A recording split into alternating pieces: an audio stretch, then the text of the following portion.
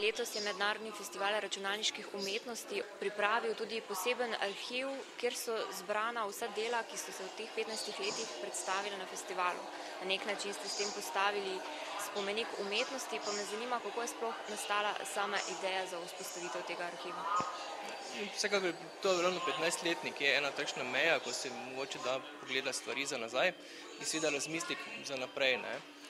In ta odločitev, da se poskuša določene stvari, ki so 95., 96. bile v Mariboru, nekako prikazati, nekako jo ohraniti in v neko obliko ponuditi javnosti. Predvsem je šlo za to, da se poskuša ta arhiv nekako spraviti v eno tako rekoč ureditev v smislu datotek, recimo v smislu internetne strani, ene odprte internetne strani, na kateri je možno kjerkoli v bistvu si pogledati te stvari. Istočasno pa seveda osnovno vprašanje, kako s temi arhivi ravnati, kako te umetnosti ohranjati, kako jih v bistvu prezentirati v prihodnosti. Na otvoritvi Mednarodnega festivala računalniških umetnosti bomo začeli ta festival z vašim projektom Sen za televizijo. Zakaj gre?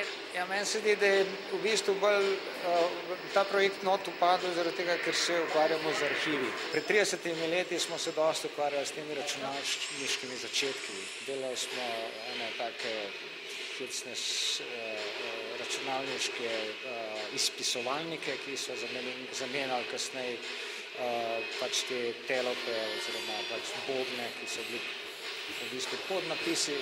Jaz sem pa v tistem času delal projekt videograma, takrat imenovan Videogram 4 ali pa Mediozonija, ki je vse te nove dosežke not spravil. Kaj sem jaz sem pripeljal, je v bistvu en del te ekipe. Mi smo skušali takrat razgrajevati televizijsko sliko, to, kar vi skušate skozi držati pod kontrolo, da ima zgodbo, da ima smisel, smo jo mi razkrojili, šli v samo drobovje, jo razkosali in razstavili v delčke.